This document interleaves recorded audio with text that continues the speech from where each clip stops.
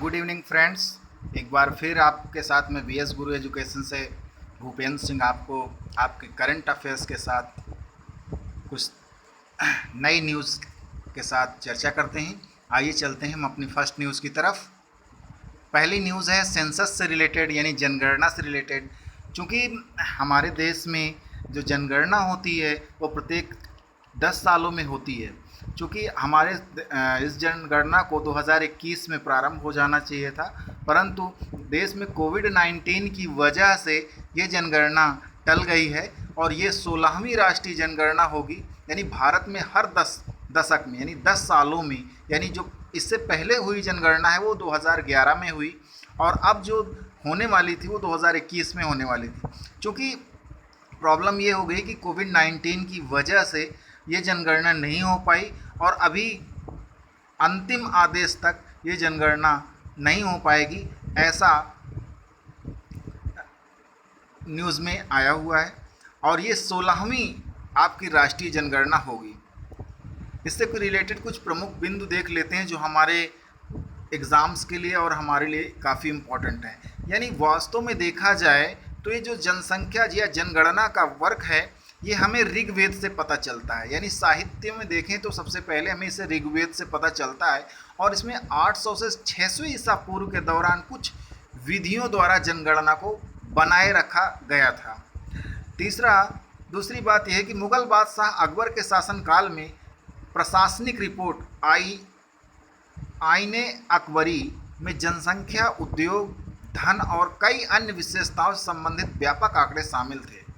भारत में पहली जनगणना गवर्नर जनरल लॉर्ड मेयो के शासनकाल में 1872 में की गई थी, परंतु पहली जनगणना प्रक्रिया को गैर समकालिक यानी देश के विभिन्न भागों में अलग अलग समय पर रूप से पूर्ण किया गया था।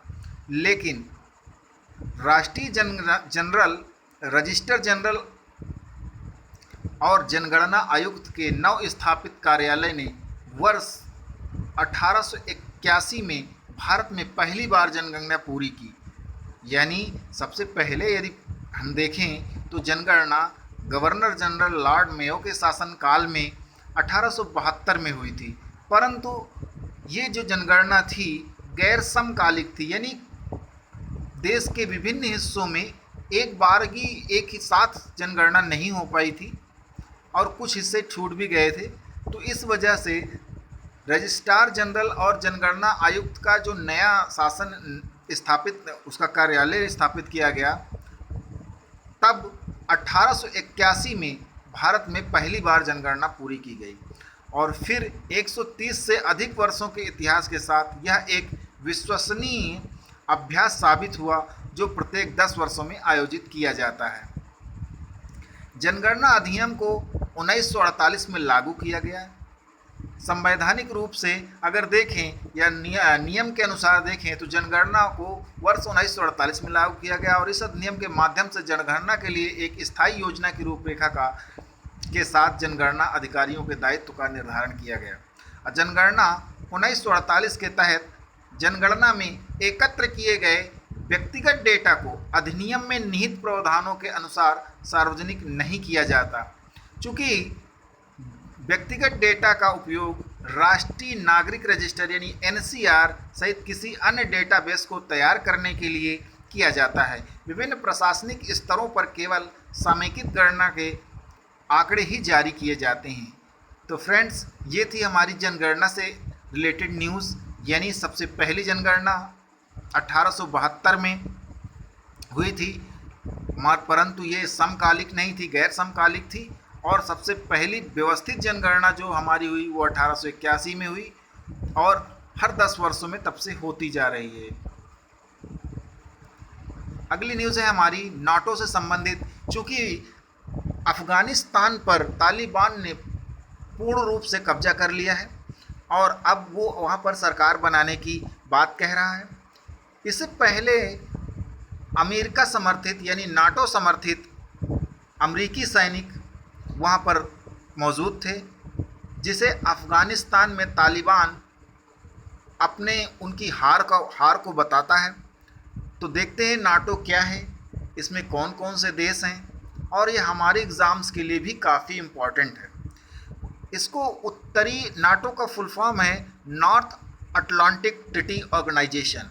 इंग्लिश में इसे नॉर्थ अटलांटिक ट्रीटी ऑर्गेनाइजेशन के नाम से जाना जाता है, और हिंदी में इसे उत्तरी अटलांटिक संधि संगठन नाटो की स्थापना 4 अप्रैल 1949 को 12 संस्थापक देशों द्वारा अमेरिका के वाशिंगटन में किया गया था। यह एक अंतर सरकारी सैन्य का संगठन है। ये सैन्य संगठन है।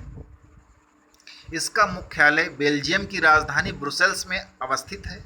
वर्तमान में इसके सदस्य देशों की संख्या 30 है। नाटो यूरोप और उत्तरी अमेरिका के देशों के मध्य एक सैन्य गठबंधन है।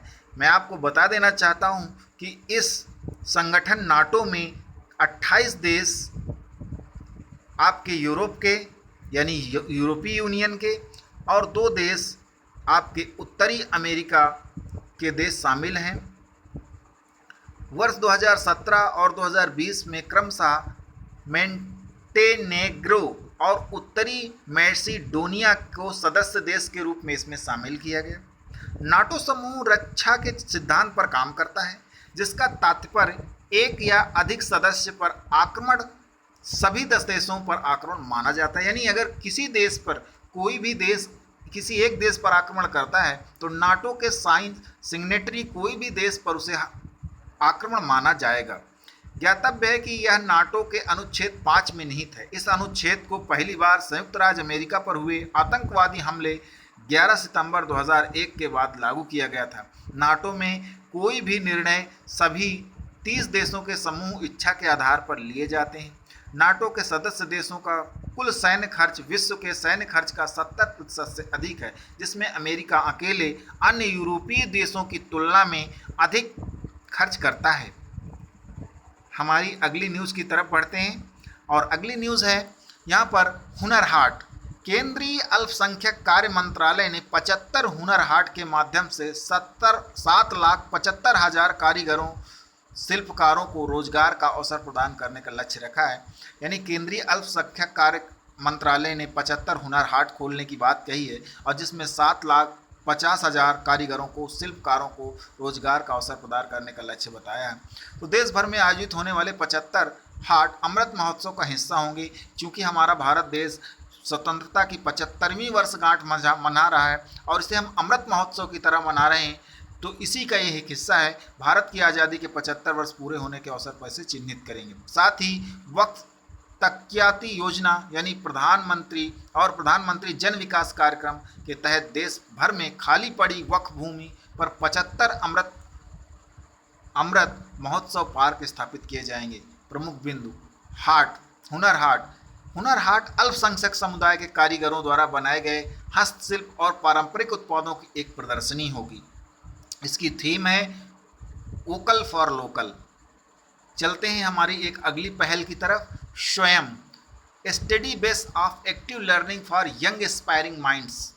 एक एकीकृत मंच है जो कि 9वीं से लेकर 12वीं स्नातकोत्तर स्तर तक ऑनलाइन पाठ्यक्रम प्रदान करता है। स्वयं के अंतर्गत आप 9वीं से 12वीं और स्नातकोत्तर तक की सभी ऑनलाइन पाठ्यक्रम प्रदान करता है। अब तक स्वयं पर 2,769 बड़े पैमाने के online courses, massive open online courses, बड़े पैमाने पर ओपन ऑनलाइन पाठ्यक्रम की पेशकश की गई है, जिसमें लगभग 1.02 करोड़ छात्रों ने विभिन्न पाठ्यक्रमों में दाखिला लिया है।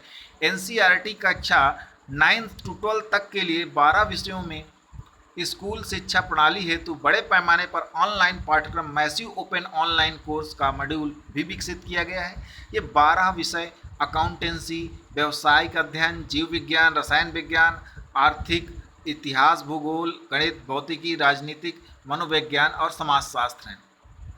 एक नई प्रजाति के विषय में चर्चा करते हैं, जिसे नई प्रजाति है जो संकटग्रस्त घोषित हो चुकी है। इस समय काफ़ी ज़्यादा जो चर्चा में है ये प्रजाति, जिसे सिलेंडर लोरिस कहा जाता है। तो पर्यावरणविदों ने मांग की है कि सिलेंडर लोरिस को संरक्षण के लिए तमिलनाडु के कदूर रिजर्व फॉरेस्ट को वन्य जीव अभयारण्य घोषित किया जाए, ऐसा उन्होंने मांग की है। और इसकी जो स्लेंडर लोरिस की स्थिति है, आयुष्यन संकटग्रस्त है। आयुष्यन को मैंने आपको पहले ही बता चुका हूँ, ये एक रेड डेटा बुक के साथ संकटग्रस्त राशि है। दूसरा, वन्यजीव संरक्षण अधिनियम 1972 की सूची में इसको पहली सूची में रखा गया और साइट की परसिस्ट सेकेंड में रखा गया। और देखते हैं कदुअर रिजर्व फॉरेस्ट के विषय में। यह जंगल तमिलनाडु के कुरु जिले में लगभग 6000 हेक्टेयर वन क्षेत्र में स्थित है। जंगल में पहाड़ियां और घने शुष्क क्षेत्र हैं। भारतीय बाइसन, चित्तीदार हिरण, चूहा हिरण, स्लेंडर लोरिस, सियार, नेवला, काले रंग का खरगोश, जंगली सुअर, सही मॉनिटरिंग छिपकली, परिंदे आदि, बंदर आदि इसमें पाए जाते हैं। जैसा कि आप बगल में देख रहे हैं, साइड में आपको एक इसके साथ मानचित्र संलग्न किया गया है जो कि तमिलनाडु का मानचित्र है और इसमें इनकी सभी की स्थितियाँ दिखाई गई हैं। Thank you for watching this video friends.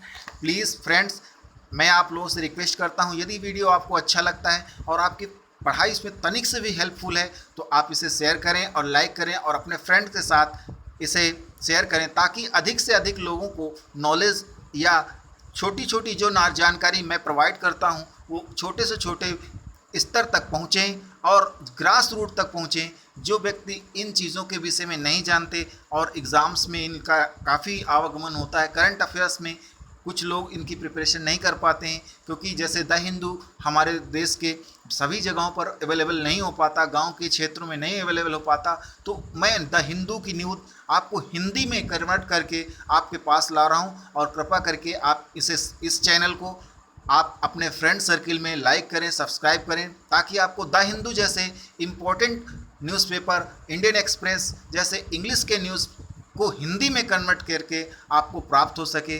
Thank you for watching again and again friends, like and share करें। Thank you for watching this video.